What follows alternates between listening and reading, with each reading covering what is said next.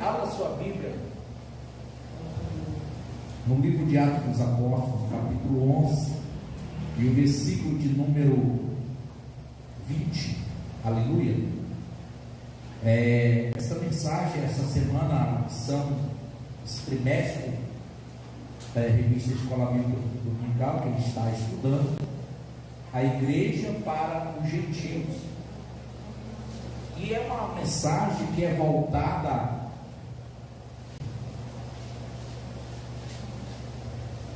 para a igreja primitiva, quando todo o trabalho na obra missionária ela começou.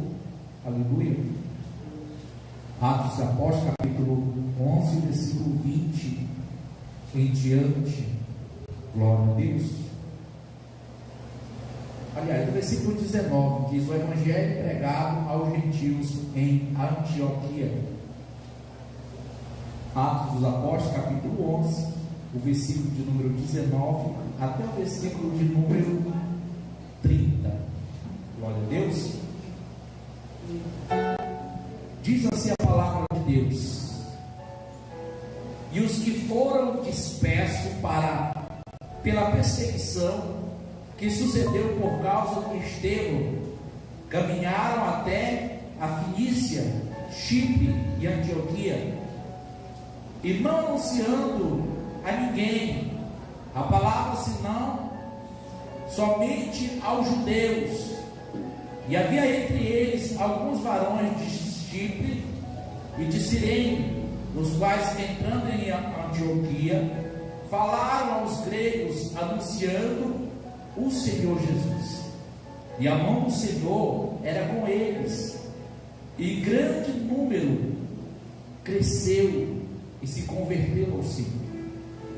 E chegou a fama dessas coisas aos ouvidos da igreja que estava em Jerusalém, e enviaram a Barnabé até Antioquia, o qual, quando chegou, viu a graça de Deus, e se alegrou e exortou a todos que com firmeza de coração e permanecessem no Senhor, porque era homem de bem, cheio do Espírito Santo, de fé, e muita gente se uniu ao Senhor.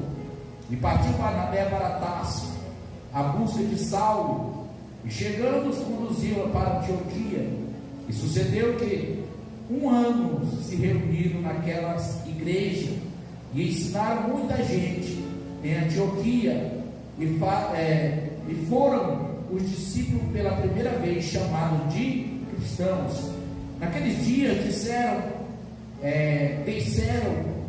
desceram profetas de Jerusalém para Antioquia, levantando-se um deles por nome de Agabo, dava a entender pelo Espírito Santo que havia uma grande fome em todo o mundo, e isso aconteceu tempo de Cláudio César. E os discípulos determinaram mandar cada um conforme que pudesse socorro aos irmãos que habitavam na Judéia, e os que com eles fizeram, enviando-os anciões para Barnabé e de Saulo. Pode sentar aqui, queridos. Irmãos, o pão diário de quarta-feira eu trouxe uma mensagem sobre este assunto.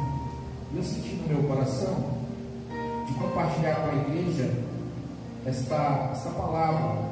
Louvado seja Deus. Aqui o texto vai nos dizer a primeira porta que se abre aos gentios, né? Com base neste versículo. A porta, embora a Bíblia não vá mencionar a palavra porta da graça, mas ela existe. Quem é a porta da graça? Jesus. Jesus é a porta da graça. E quando Jesus ele vai vir para pregar o Evangelho, ele vai fazer com que o seu ministério venha a ser expandido em 3 anos. Jesus ele vai nascer, ele vai passar um período na Judéia, ele vai passar um momento da sua vida ali, ainda na sua infância, pois Herodes procurava matá-lo,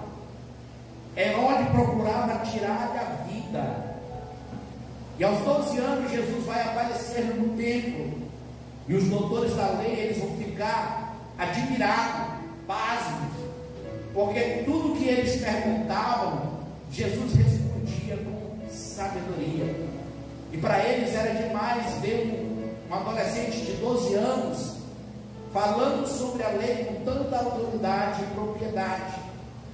Mas agora Jesus, ele vai passar um período que a história não vai relatar sobre a vida de Jesus. Ele vai aparecer aos 12 anos, e agora a história vai começar a reafirmar Jesus aos seus 30 anos de idade.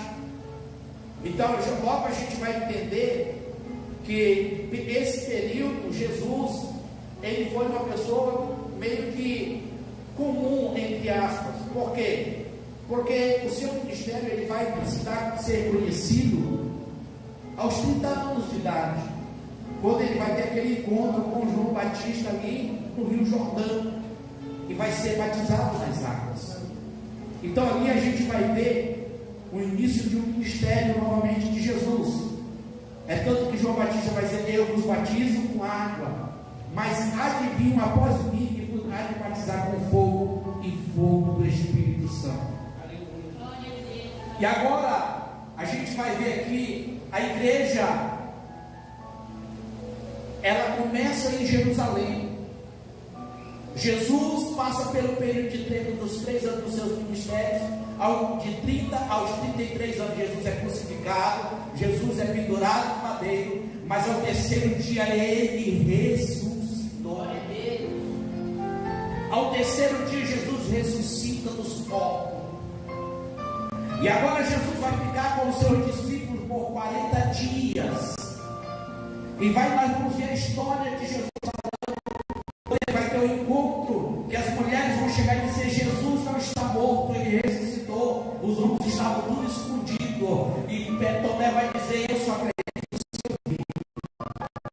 Aleluia. E elas vêm trazer notícias. Eles estão reunidos já naquele local escondido ali, como de lá para na encolha, com medo. E ele ouve uma voz dizendo: a paz seja convosco.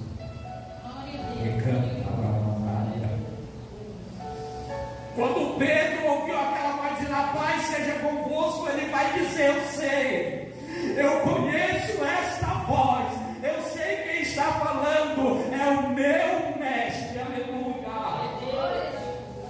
E eles vão ter um encontro ali com Jesus. E Tomé vai dizer: Senhor, agora eu creio. Jesus vai dizer: Tomé, vem, toca nas minhas feridas. Tu está crendo porque tu está vendo, Tomé? Mas bem-aventurados são aqueles que não veem, mas que creem. Aleluia. E Jesus estava falando de mim e de você. Nós não vimos esses acontecimentos, vemos os relatos nas Escrituras Sagradas, mas nós não vivenciamos esse período. Mas Jesus agora vai trazer, aleluia, e ele vai estar junto com os seus discípulos por 40 dias. E Jesus vai dar uma ordem. Após os 40 dias de Jesus com os seus discípulos, Jesus vai dar uma ordem para os seus discípulos para que eles fiquem em Jerusalém no monte, para que sejam revestidos do poder de Deus. E de lá eles sairão para pregar o Evangelho em Jerusalém, em Samaria, em Cesareia e até os confins da terra. De acordo com o texto que nós estamos lendo, que nós lemos, aqui vai falar de um momento importante da história. Vai dizer que foi a primeira porta que se abriu aos gentios. E aí Barnabé vai ouvir falar que tinha alguns homens anunciando Cristo aos gregos. E Barnabé vai sair de Jerusalém até a Antioquia. E quando ele chega lá, ele é surpreendido, porque ele via que a mão do Senhor era com eles, e ele sentiu a graça de Deus naquele lugar. Irmãos, o vigília lá do Pará no interior, é dentro dos matos. Aí tem uns crentes lá, cheio até do tanto, mas só que é só fogo de palha. É usado mistério, e fala mistério, e sobe e desce, e anjo voa, e aquela coisa toda, aquele mistério todo. Só que quando chega o profeta de verdade, eles, ó, desaparece. Olhando para esse texto, esses homens, eles não se intimidaram, porque o que eles estavam fazendo era algo genuíno de Deus na vida deles. E quando nós pregamos o evangelho para alguém, nós não estamos buscando, querendo buscar reconhecimento. Se nós estiver fazendo isso, nós estamos no lugar errado. Pregar o evangelho é você pregar e ser criticado. Pregar o evangelho é alguém se levantar contra a sua vida. Se você está querendo aplauso, reconhecimento, vá para o teatro, vá para a televisão, faça alguma coisa da sua vida. Evangelho. Esse dia eu peguei uma porrada no meio da cabeça da Totota até hoje, depois eu te conto. Meu Deus do céu, irmão. Como diz você também, não tem base no trem desse, não tem. Deus me usou para falar para alguém. Eu não vou dar alguém que vocês perguntam, não vou falar quem é. Vou só dizer o que aconteceu. Deus me usou para essa pessoa e disse para ela que Deus tinha uma grande vitória para entregar na vida dela. Ela recebeu tudinho. Aí quando foi agora, ela mandou uma mensagem para a missionária Cris. Deus usou o pastor que Deus ia me dar uma grande bênção. E eu recebi a bênção. Eu fui desempregado, eu fui demitido da empresa onde eu trabalhava. Só que essa mesma pessoa veio para minha esposa e falou: missionário, me ajude em oração, porque eu estava há 6 anos intacto, buscando o Senhor, e eu caí. Aí eu pergunto para você: Deus é fiel com quem? Com o dia infiel? Deus é fiel para aqueles que são fiel com Ele. Isso eu não estou dizendo que a pessoa não vai cair, não vai errar, vai. Nós estamos sujeitos a erros. Mas Jesus está dizendo: vigiar e permanecer na posição, que as minhas promessas antes de se cumprir nas vossas vidas. E se eu sair da posição, o que é que acontece?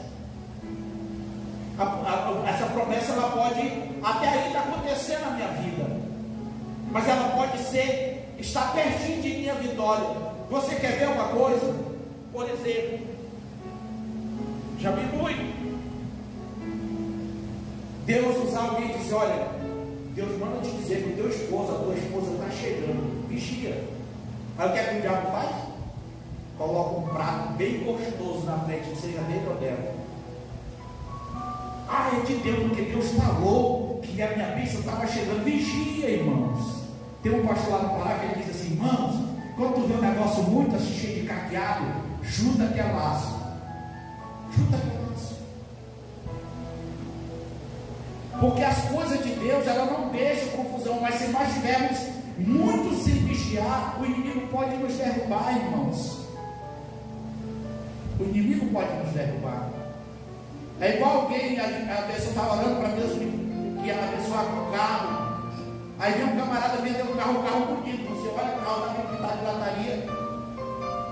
Aí você: não, Deus falou que eu ia chegar o carro, vou comprar esse carro. Nunca faça nada de primeiro. Ore. Deus é esse mesmo. Faça igual Gideão, faça a prova de Deus. Bem, quando eles chegaram na Antioquia, eles viram aqueles homens anunciando a Cristo.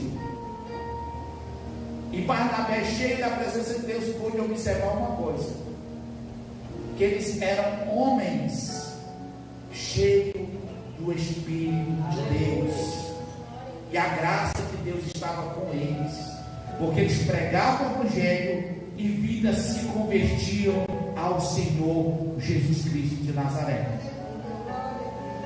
E aqui eu quero falar uma coisa que é crucial para nós. Barnabé chega, observa o cenário, vê que são homens cheios da presença de Deus.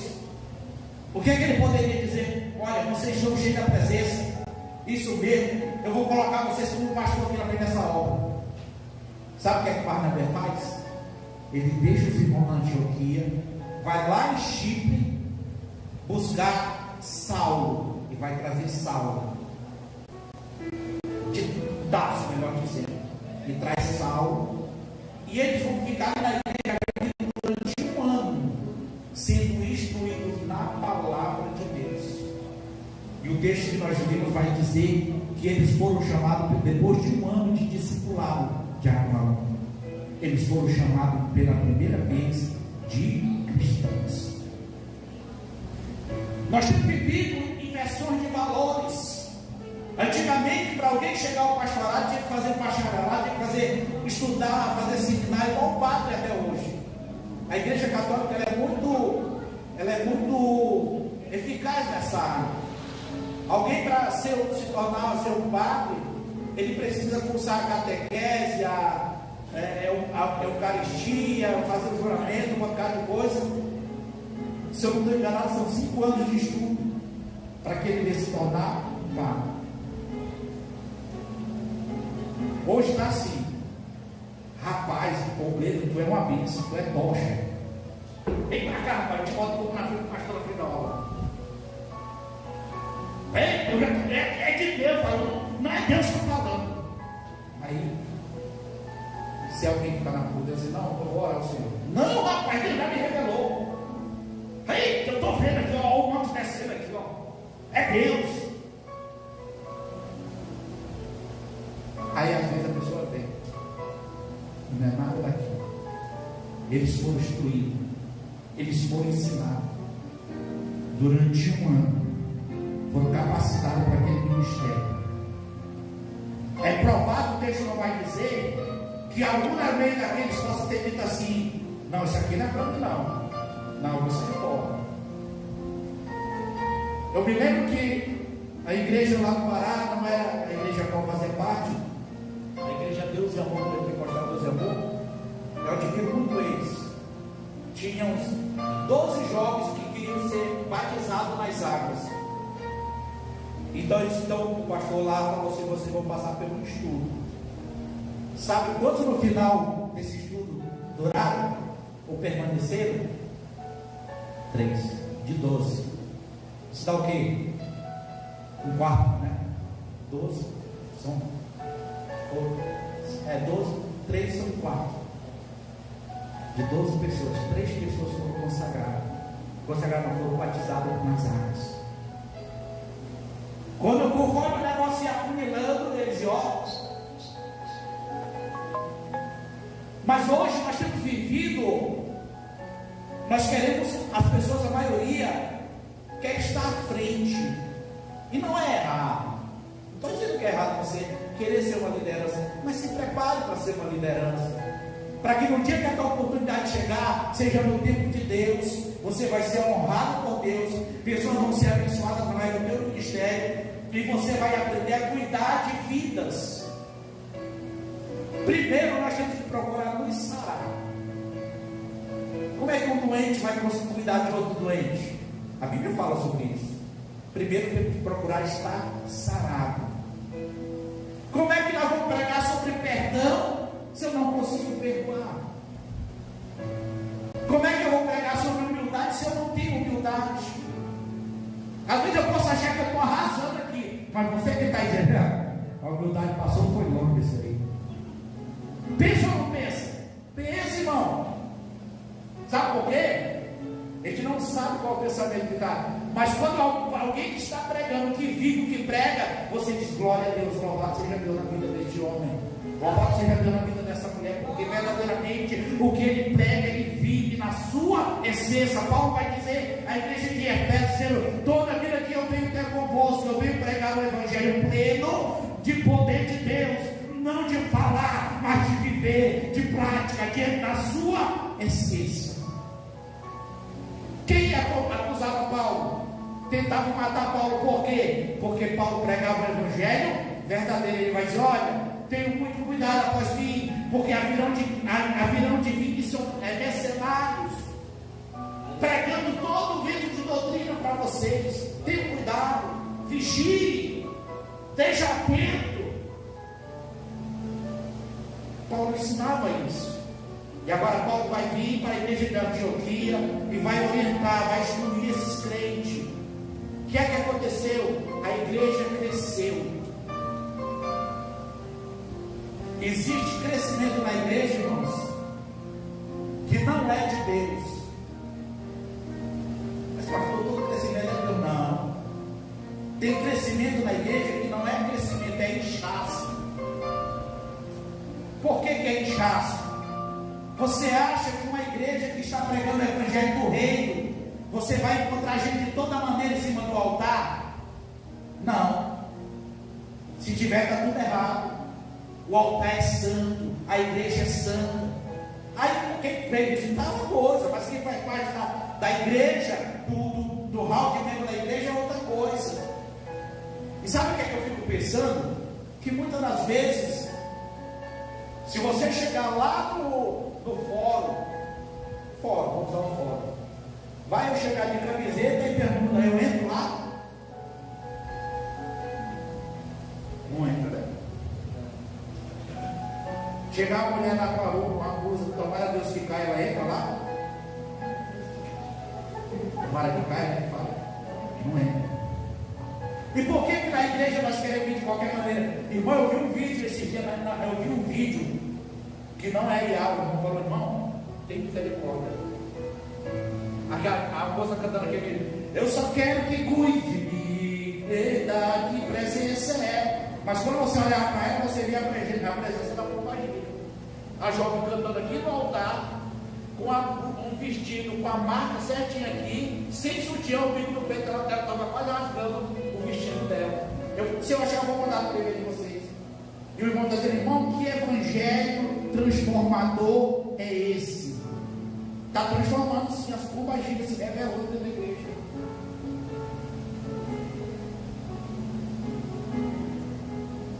Fuja da aparência do mal. Fuja daquilo que pode te afastar para longe de Deus. Ah, pastor, mas isso aí não tem nada a ver, irmão. Só estou te ensinando o que é o sério. Jesus disse que um pouquinho de fermento leveda toda.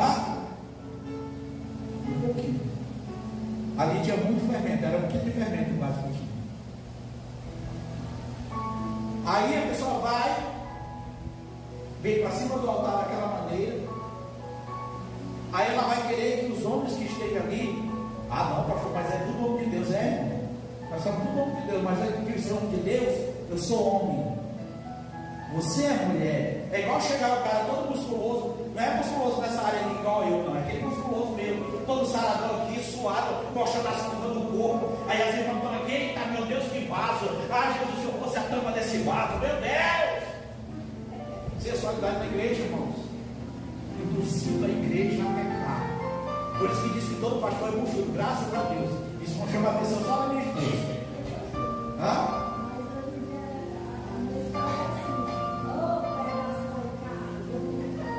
Exatamente. Eu estava olhando para ela assim, ele já começou a criar um buchinho. Eu falei, olha, falei até para ela, Renato, está no zero. É assim mesmo. Casou, meu filho? Bem-vindo ao grupo. Então, irmãos, temos que ter muito cuidado. Porque o Evangelho é algo transformador. Aonde você está vendo ser pregado o Evangelho que não tem transformação, tome cuidado. Tome cuidado. Teve um testemunho da jovem da irmã, né, que falou para o irmão Zezinho que no dia da cruzada ela veio aqui, que a pastora mandou nela, ela sentiu a presença de Deus, ela ficou maravilhada. O esposo dela, meu Deus, que alegria, sentir a presença de Deus naquele lugar. E olha que nós não temos nem buscado como deveria, né? A partir de agosto, irmão, a gente vai ter uma nova programação de oração no meio-dia, para os irmãos que podem orar. Vou começar a escalar, irmão, para dirigir culto no meio-dia, pregação. Os que podem, que não estão trabalhando, a gente vai fazer isso. Em nome de Jesus. Deus colocou no meu coração que muitas barreiras serão quebradas e muitas vitórias alcançadas. Então, Paulo e Silas foram ali. Barnabé vai lá, chama Paulo e ele vai orientar aqueles irmãos. Ali a igreja começa a crescer e ela começa a se espalhar. Ela começa a se espalhar, ela já sai fora dos limites de Jerusalém, dos limites de Israel. Agora ela passa a fazer parte de uma outra limitação. Se cumprindo o que Jesus falou, fique no alto para seja revestido o poder de Deus em Jerusalém. E aí sai para anunciar, ser minhas testemunhas, tanto em Jerusalém, quanto em Samaria, em Cesareia, até os confins da... Nos alcançou. Nos alcançou. E eu já olhei que a hora já passou. Não vamos ficar de pé. Eu queria continuar com essa mensagem, mas já passou.